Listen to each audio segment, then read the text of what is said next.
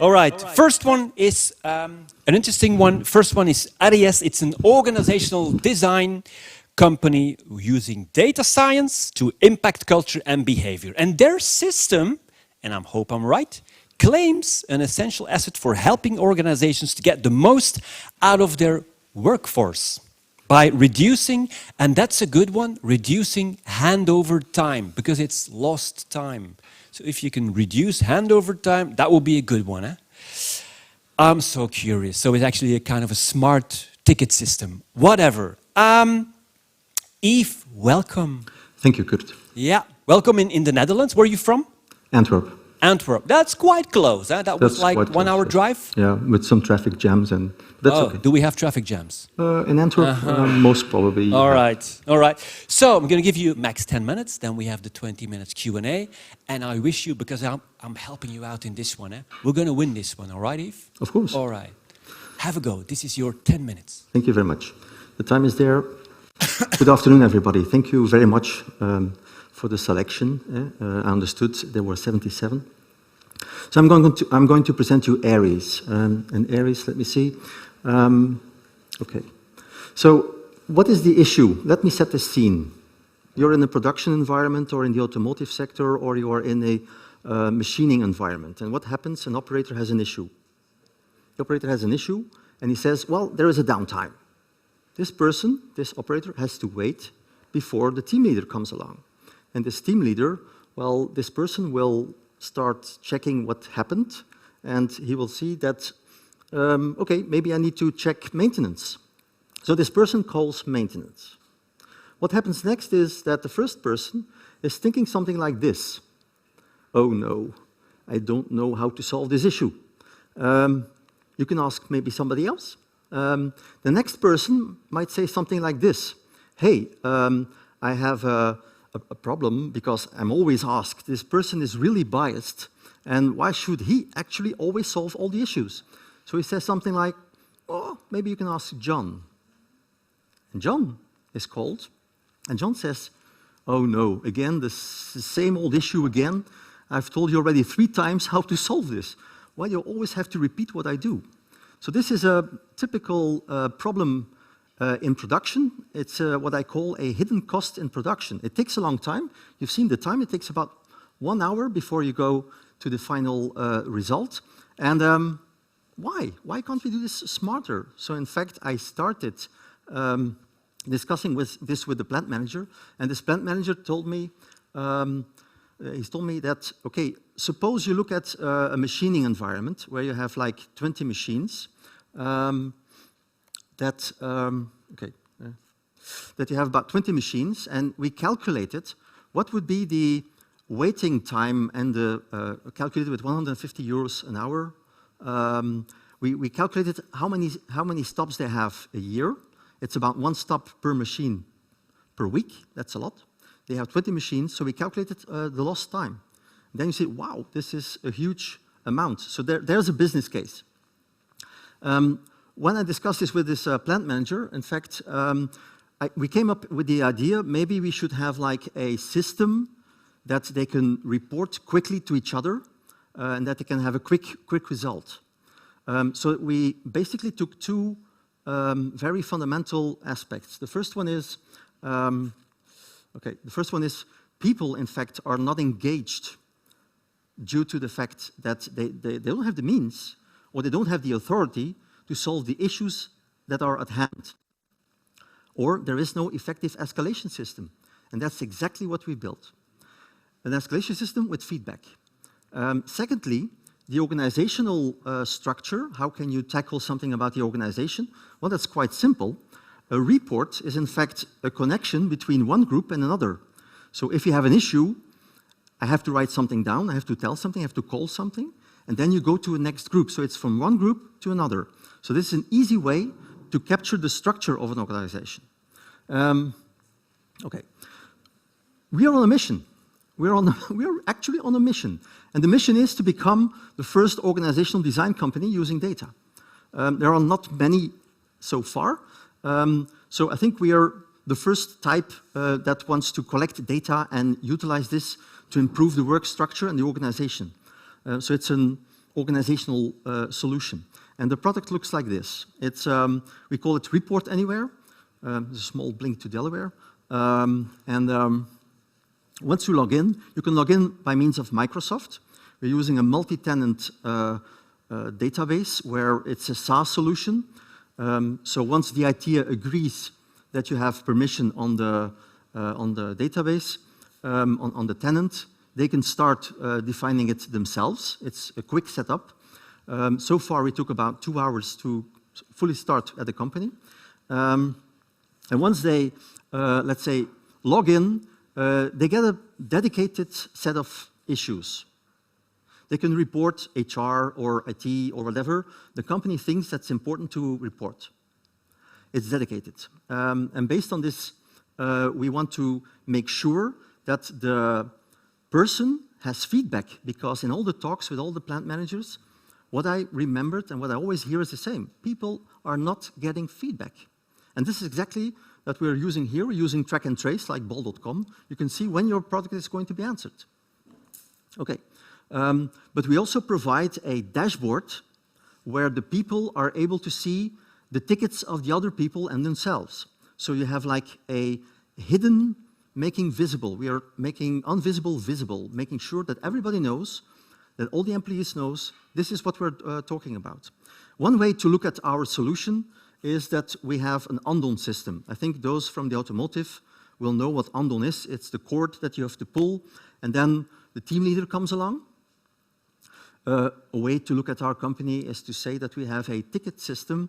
We have a digitalization of an Andon. This is one way to look at our company. Okay. So the point is, it's based on the fact that we have issues or checklists, and we couple them from 1 to B, from group 1 to group B. And once they fill it in, it's sent directly to the right person at the right time.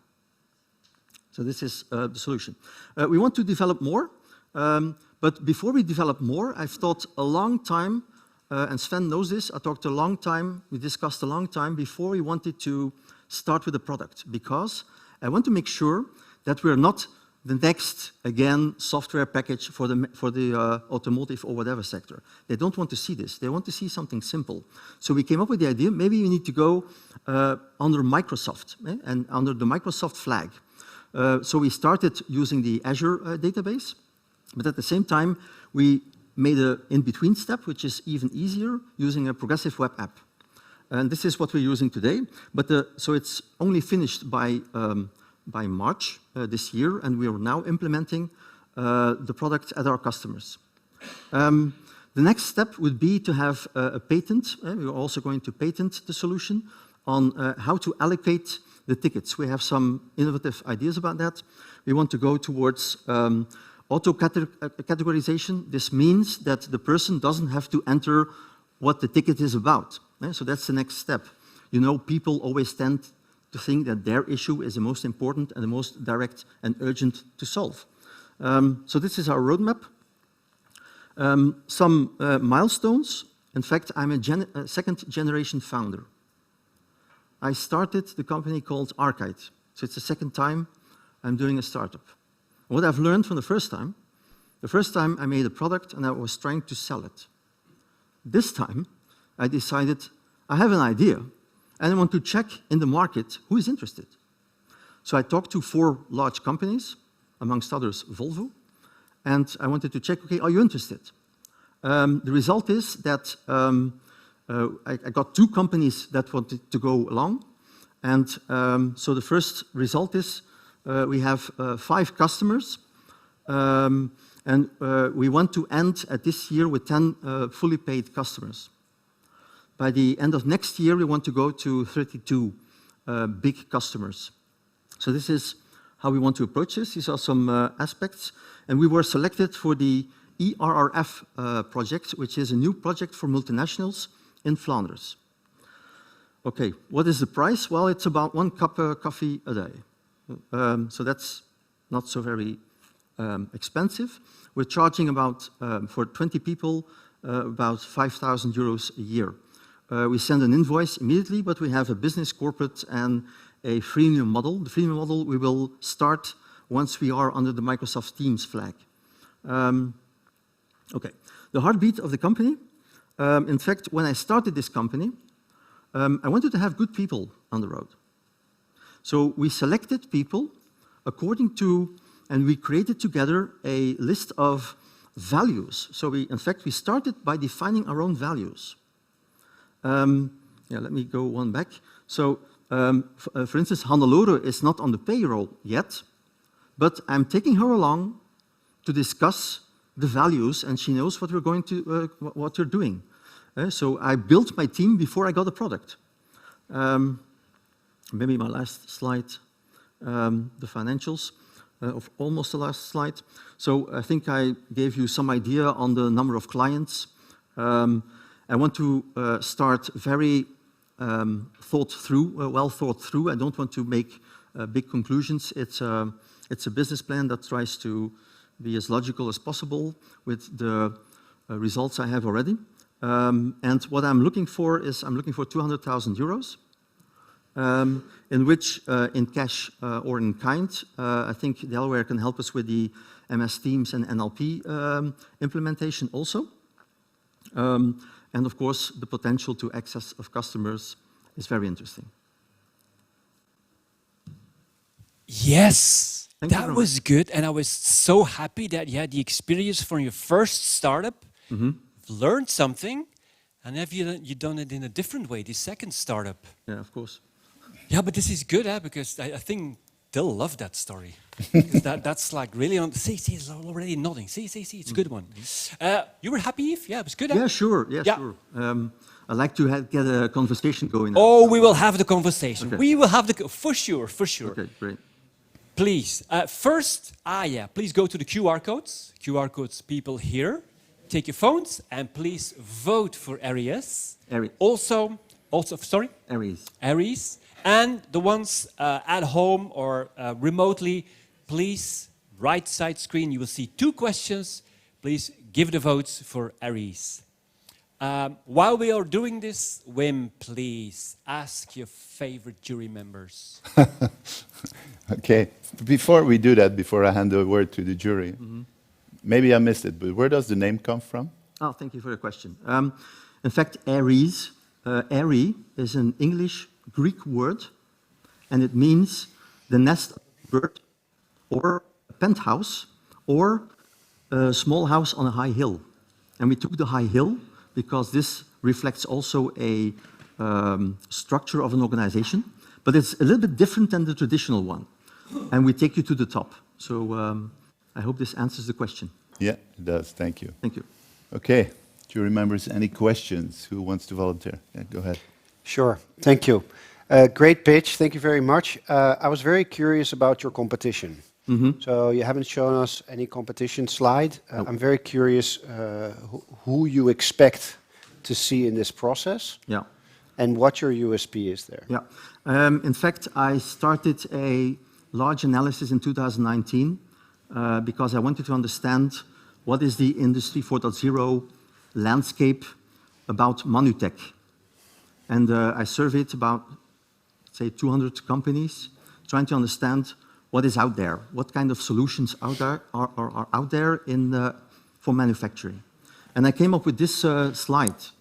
In fact, I made a division between companies that provide a smart technology, for instance, a cobot, or you have a low-code picture here also, or a no-code picture. So this is more like a technology solution. Then you have smart knowledge, and this is about capturing, analyzing data, and augmenting people. Archite, in fact, is a smart knowledge solution. But I found that not many startup companies are working on culture, structure, and organization. So this was a trigger for me to start with this. Of course, we found some companies, such as Atlassian, not a small one, but of course, implemented within an IT environment. One way to explain our product would be to say something like, we are the IT help desk for the complete company. That's an easy way to explain it. And in fact, Hulp is one of the spin-offs. They bought OpsGenie for 240 million euros. I hope you're the next one. Maybe Microsoft is interested. Where is Microsoft? Here. Sorry. Okay. Yeah, let's have a chat afterwards. But okay, not too quick. Does this answer your question? Yes, thank you. Yeah. Frank? Yves, thank you. I think it's a good presentation.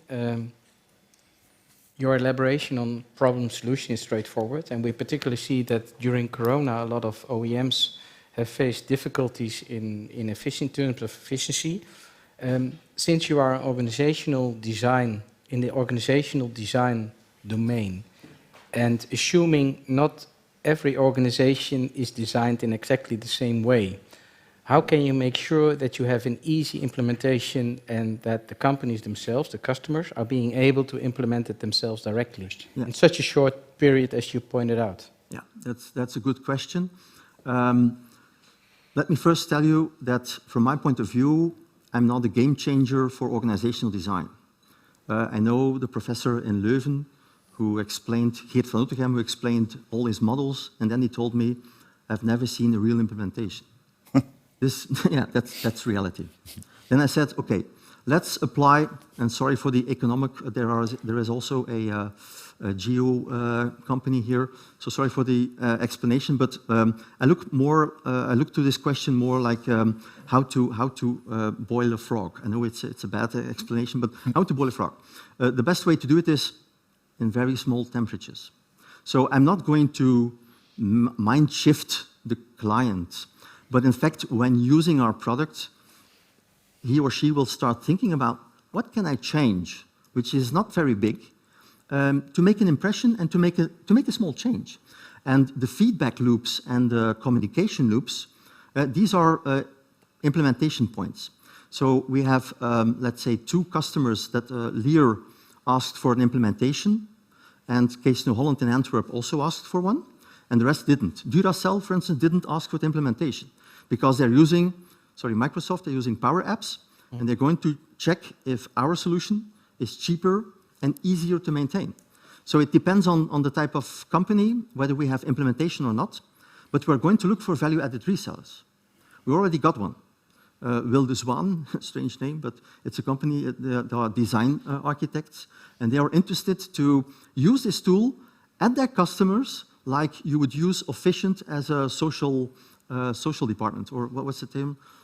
Something like that. Does this answer your question? Partly. So let me rephrase it to make it extremely concrete. To what HR databases are you connected? At this moment, we are only working under Microsoft, and you can export the information to Microsoft BI. That's all. Okay. So we're not linking to any other databases, or we're not busy with that yet. Yeah. Okay, thank you. Well, Jeroen first? Yeah. And then. Thanks a lot. It made things much more clear than I had before, but I was triggered by one of the first slides, and in combination with the pricing slide. One of the first slides, you mentioned the value that you have for your clients, Of course. which were a couple of $100K, and then the pricing is like $5K. And I was wondering, why can't you capture a larger part of that value for Aeriez? It's included, but as you know, all multinationals, they have like a budget until 10K to start with something. So it's first more important to start with a lower budget where they can decide themselves to start, and then have a discussion on the exchange, or no, on the growth of the company, where I told you it's for 20 people, it's 4,000, 5,000 euros, something like that. So it's easy for them to start. And once they start upgrading, the prices will, the amount of users will go up, and the pricing will go up. But I have another rule in that I want to be at least a factor 10 in return for the companies, because I know how an automotive works. I remember in 2009 that an automotive company told me, if you want to do an improvement, I want an ROI of 1 month. So I know if you are short in the leverage, it's more easier. So I know we can get more, but maybe it's not to be greedy and find the right business model. That's a good question, but I hope this answers your question. Thank you. Yeah. Michel? You also had a question? Yes, thank you. Hi, Michel. First, a remark and then a question. The remark is, I know you have a very limited time to present, so you have to make shortcuts. But for me, there are 4 things that are missing for the next time.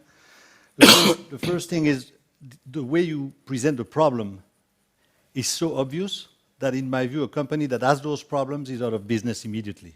So don't make it so obvious, because a manufacturing company that cannot solve that should not be in business, first of all.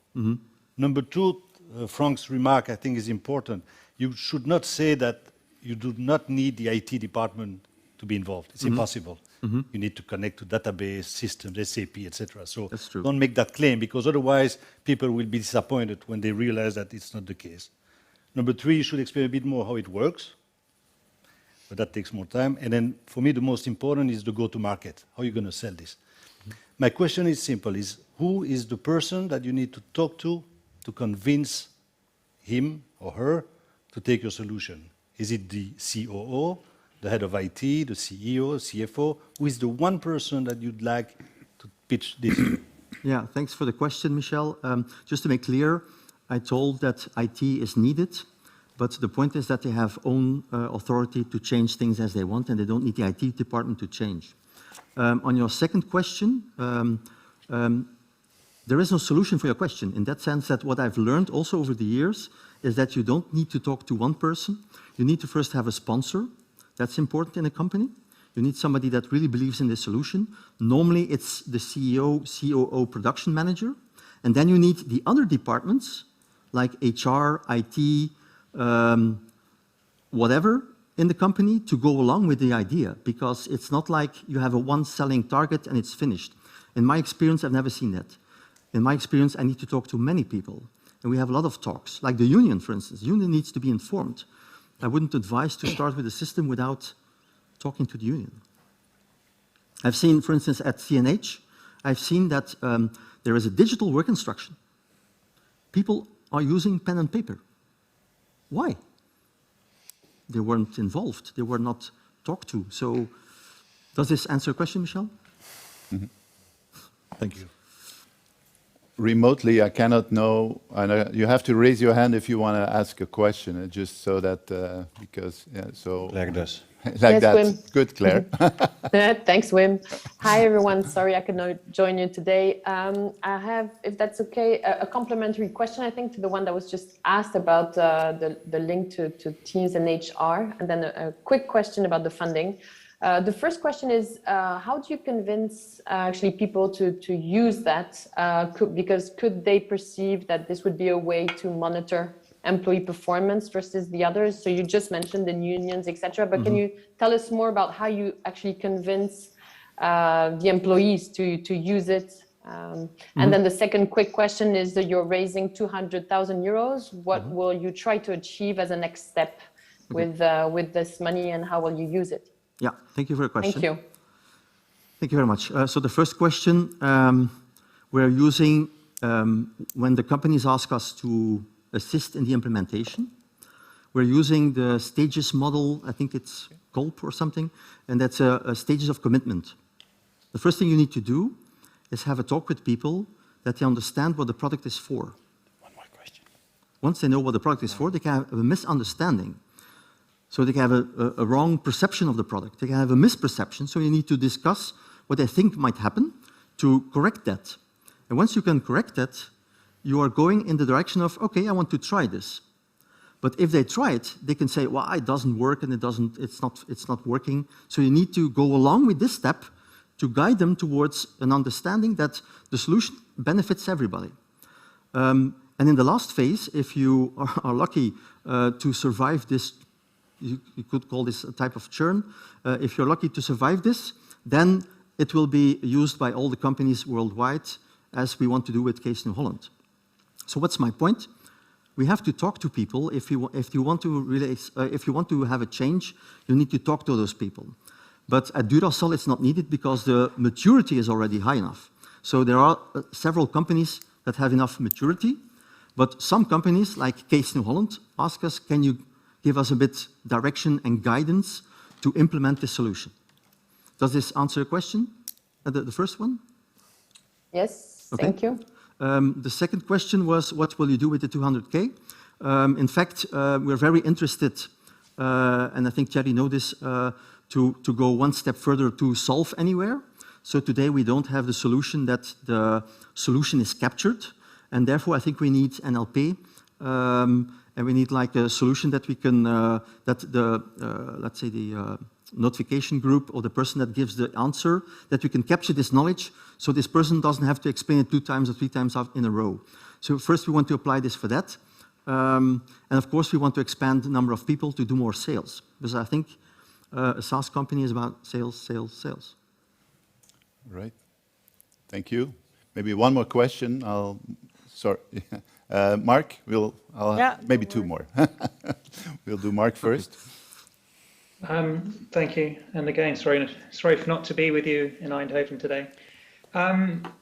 It was a quick question about the algorithm. You sort of, I think when I was reading through the pitch deck, it implied that the algorithm is not yet ready. You talk about wanting to get a patent. I think this also relates to the USP discussion or question from before. So what's really the USP behind the algorithm, and what's the risk that it doesn't deliver what you hope it will deliver? Okay. There are algorithms, so there is a multiple solution. The patent will continue on how to route a problem. So the point is, if you see that if suppose I route to you, and for me you're present, by the way, so if I route this question to you, and you say, I don't know how to do this, and you route it to Wim, for instance, once you do this several times, we can change the routing directly to Wim. So this is one way, this is one type of algorithm. The second type of algorithm is more on teamwork. Let me explain this. So if you have a team of 5 people that are doing the same job, we want to have, for instance, a solution that you can say, I want each on turn to solve an issue. So if you have a big, huge volume of tickets, you want to have a smart distribution of the tickets. And another way I need to explain to you is we want to provide to the manager the possibility to take action when 100 tickets come within, let's say, 10 minutes. The team is not able to solve that. So in that case, we are going to notify the team manager or the manager saying, dear manager, your department just got 100 tickets. What are you going to do to solve that? So we're not...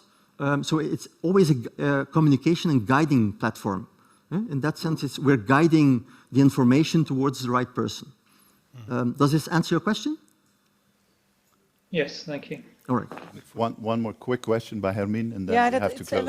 I can elaborate on the other question of the USP of the technology. I had a little bit the same question, but how easy is it to replicate? How easy is it to replicate? Because you use also quite a lot of standard technology. Yeah, I'm using standard technology. So the current version is easy to replicate. But the vision and the ideas behind the product is fundamentally different. Different than, I think we distinct ourselves from the fact that we have a different approach and different view. And the way we're going to present the organizational models will be different than all others. But you're right, today, Halp or Atlassian, you could even use Jira to do the same. But with Jira, you will not have the possibility to scan a barcode. Oh, that's an issue. So that's, yeah, so you're right. The current solution is rather easy. But that's also why I chose this one, because in Archite, in Archite, I have a solution where we're using the Kinect camera, and we project instructions onto the products. The problem is that this solution is so high-end and so innovative that most companies say, well, maybe within a couple of years. I want to have a slow entry. All the companies that decided with digital instructions are much further in the ramp-up of their business plan than Archite is. So this is also lessons learned. I want to do it simple, but there's a risk of copying. Does this answer the question? Yeah, absolutely. Yeah, thanks. Michel, I see we have some time left, so Michel, you were still going to ask. Follow-up question. Yeah. It's great that you use standard components and technologies, but what's the magic sauce then? Is it machine learning, AI, something to learn about the way to improve processes in the company? How do you defend this if it's only standard technology? Okay. Well, the patent will be about the way we define the tickets. So it's more like systems to define tickets, the way we apply and inform people, and how we do that, and how we connect information. The patent will not be on machine learning. It will not be on NLP. It exists. So we can use Microsoft or use any system to use this in our model. The idea, the sauce, the magic is in the idea that a ticket system can be used to analyze an organization. And that's weird. Okay, that's a good closing. A good closing sentence, I think. So. All right. Before we go to the hands, and that's very interesting. Yves, you did well. You did well. Thank you. Quite some. It is hot on stage, but Are it's you going even. to vote also, or? No, yeah, if it would be possible, but it's even more hot with those questions. Eh? Yeah.